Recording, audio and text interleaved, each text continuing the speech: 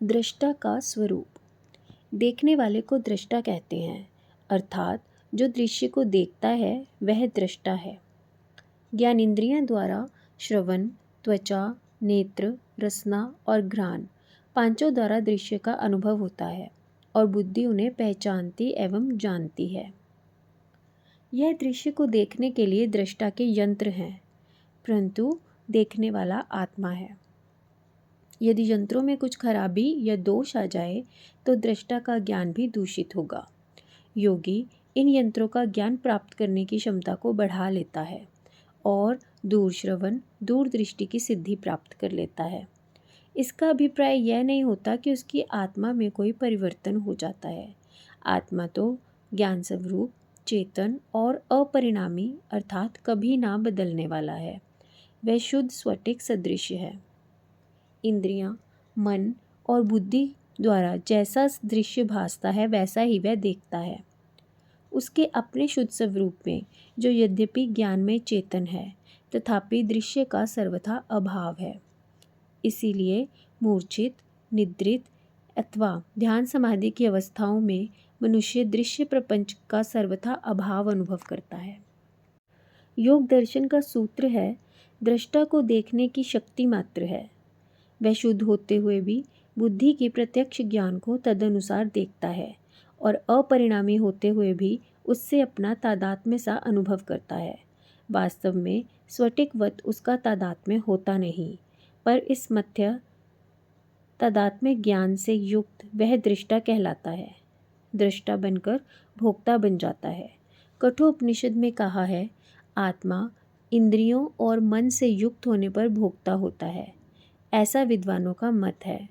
योग के साधन द्वारा दृष्टा की अपने स्वरूप में स्थिति होती है, अन्यथा वृत्तियों की सारूप्यता बनी रहती है।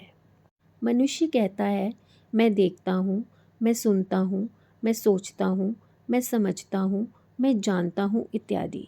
इन सब क्रियाओं के पीछे मैं का अहंकार अथवा मैं का भाव, जिसे योग दर्शन की परिभाषा में अस्मिता कहा गया है, लगा हुआ है। यह भाव भी शुद्ध आत्मा में नहीं होता, वरन बुद्धि के योग से उदय होता है। योग दर्शन के इस सूत्र में अस्मिता को इन शब्दों में समझाया गया है। आत्मा, जिसे पुरुष भी कहते हैं, दृक यानी देखने की शक्ति वाला है और बुद्धि दर्शन यानी देखने के साधन रूपी शक्ति युक्त है। दोनों विपरीत धर्मा है, अर्थात आत्मा चेतन अपरिणामी है और बुद्धि प्रकृति का अंग और परिणामिनी है। दोनों का तादात्म्य होना सर्वथा असंभव है। आत्मा बुद्धि नहीं बन सकती, क्योंकि दोनों विजातीय तत्व हैं।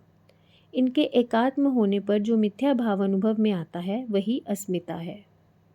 योग और उसकी आवश्यकता। दृष्टा और दृश्य का संयोग भोग और वियोग देता है। भोग दुख सुख मिश्रित है, इसलिए जैसे स्वल्प विष मिश्रित अन्न सर्वथा त्याज्य है, वैसे ही विद्वानों की दृष्टि में सुख भी सर्वथा त्याज्य है। उनकी उपलब्धि के पूर्व उपार्जन में मिल जाने पर, मध्य में रक्षा करने में और नष्ट होने पर अंत में सदा दुख बना ही रहता है। इसीलिए वेद वाक्य है, उस भोग रूपी दृश्य के त्याग सहित भोगों का उपयोग करना चाहिए। श्री भगवान दुख संयोग के वियोग को योग कहते हैं। पनिनी के अनुसार योग शब्द की व्युत्पत्ति युजर संयोगे और युज समाधो दो प्रकार से होती है। पातंजल दर्शन में समाधि के अर्थ में योग शब्द का प्रयोग किया गया है, ऐसा व्यास जी का मत है। कुछ अनुभवहीन तर्क कुशल वेदांतवादियों का कहना है कि मोक्ष के लिए योग की कोई आवश्यकता नहीं है। ज्ञान के बिना मोक्ष नहीं होती, न ज्ञाने धृते मुक्ति। और वे अपनी पुष्टि में एतेन योगे प्रतियुक्तः का प्रमाण देते हैं। उनका यह कथन तो सबको मान्य है कि ज्ञान के बिना मोक्ष नहीं हो सकता, परंतु वे श्री भगवान के इस वाक्य को क्यों भूल जाते हैं कि योग के सिद्ध होने पर ज्ञान स्वतः प्राप्त होता है। यह तो उनको भी मान्य है कि विवेक, वैराग्य, शम, दम, उपरति, तितिक्षा, श्रद्धा, समाधान रूपी षट संपत्ति और मोक्ष की इच्छा इस साधन चातुष्टय से संपन्न मनुष्य ही श्रवण, मनन, निधिध्यासन का अधिकारी होता है। क्या उक्त साधन चातुष्टय की योग से बाहर की वस्तु है? योग दर्शन भी इन साधनों का उपदेश करता है जो क्रमशः आगे आएंगे। रहा ब्रह्म सूत्र का योगै प्रयुक्त कथन।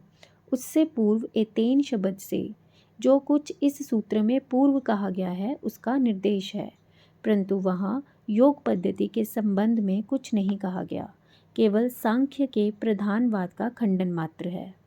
इसके अतिरिक्त शंकर भाष्य में जिस ग्रंथ का उल्लेख किया गया है वह भी पातंजल दर्शन नहीं, जिसका उपक्रम अथ योग अनुशासनम सूत्र से होता है।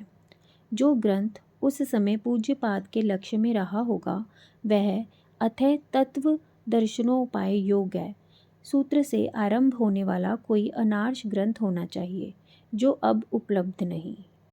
मोक्ष के लिए ब्रह्मा अर्थात आत्म साक्षात्कार स्वरूप ज्ञान का होना अनिवार्य है, तभी मनुष्य जीव ब्रह्मोक्य महावाक्यों के श्रवण, मनन, निधिध्यासन का अधिकारी होता है। आत्मदर्शन होने के लिए चित्तवृत्तियों का निरोध होना ही चाहिए। योग दर्शन यही प्रतिज्ञा करता है, योगैश चित्तवृत्ति निरोध है। इसीलिए मनुष्य मात्र, स्त्री, पुरुष, बाल, वृद्ध सब योग के अधिकारी हैं। चित्त। महर्षि पतंजलि ने चित्त की वृत्तियों के निरोध को योग कहा है, परंतु यह कहीं नहीं समझाया कि चित्त क्या वस्तु है। यह ऊपर कहा जा चुका है कि चित्त अंतःकरण चातुष्टय में से एक है और वह प्रकृति का अंग होने के कारण आदि सृजन शक्ति का एक परिणत रूप है। यह भी कहा जा चुका है कि शक्ति का रूप जाना नहीं जा सकता, केवल कार्यों से ही उसके अस्तित्व का अनुमान होता है, जैसे विद्युत आदि शक्तियों का। चित्त, मन, बुद्धि भी शक्तियाँ हैं और विद्युत आदि की अपेक्षा अधिक सूक्ष्म हैं। उनके स्वरूप को जानना वैसा ही असंभव है जैसे विद्युत आदि स्थूल शक्तियों के स्वरूप को बताना। इसलिए योग दर्शन में चित्त की वृत्तियों और उनके निरोध के उपायों का वर्णन किया गया है। चित्त वृत्तियों के निरोध को ही चित्त की भी निरुद्ध अवस्था जानना चाहिए। सत्व, रज, तम, इन 3 गुणों के अनुसार चित्त की 5 अवस्थाएं होती हैं: मूढ़, क्षिप्त, विक्षिप्त, एकाग्र और अंतिम निरुद्धावस्था। ऐश्वर्य प्रिय चित्त क्षिप्त कहा जाता है क्योंकि वह भोगों के विषयों के कारण चंचल रहता है। दैत्य दानवी संपत्ति वाले मनुष्यों का चित्त भी क्षिप्त होता है। तमोगुण प्रधान चित्त मूढ़ कहा जाता है। ऐसा चित्त कर्तव्य अकर्तव्य के विभाग को ना समझकर क्रोध आदि के वशीभूत हो विरुद्ध कार्यों में प्रवृत्त होता है। आलस्य युक्त दीर्घ सूत्री चित्त भी मूढ़ है। सत्व गुण प्रधान चित्त शांत एकाग्र रहने लगता है। विक्षेपों से युक्त चित्त विक्षिप्त कहलाता है। योग दर्शन ने 9 प्रकार के विक्षेप कहे हैं जो योग साधन में अंतराय अर्थात विघ्न रूप होते हैं। विक्षेप एकाग्र चित्त में भी होने संभव हैं और निरुद्धावस्था के शत्रु हैं। मानसिक अकर्मण्यता को सत्यान कहते हैं। विषयों की इच्छा होना अविरति है। विपरीत देखना भ्रांति दर्शन है। साधन में यत्न करने पर भी उन्नति न होना अलब्ध भूमिकत्व है और उन्नत होकर गिर जाना अनव्यस्थित तत्व है। इनसे दुख दौर्मनस्य अर्थात चित्त भी खिन्न हो जाता है। वह मनुष्य समाधि के उपयुक्त नहीं रहता। दैवी संपत्ति वाले योगियों का चित्त एकाग्र होता है। संक्षेप में मूढ़ चित्त तमोगुण प्रधान, दूसरों के अपकार में रत रहना और अपना कुछ श्रेय न साधन वाला होता है। क्षिप्त चित्त रजोगुण प्रधान, सदा प्रवृत्ति चाहने वाला और एकाग्र चित्त सत्वगुण प्रधान, शांत और समाहित रहना चाहता है। परंतु विक्षेप तीनों में ही हो सकते हैं। निरुद्ध चित्त योगियों का ही होता है। चित्त की मूढ़, क्षिप्त और एकाग्र अवस्थाओं में साधनों द्वारा चित्त की वृत्तियों का निरोध संभव है, परंतु विक्षिप्त चित्त का निरोध नहीं हो सकता।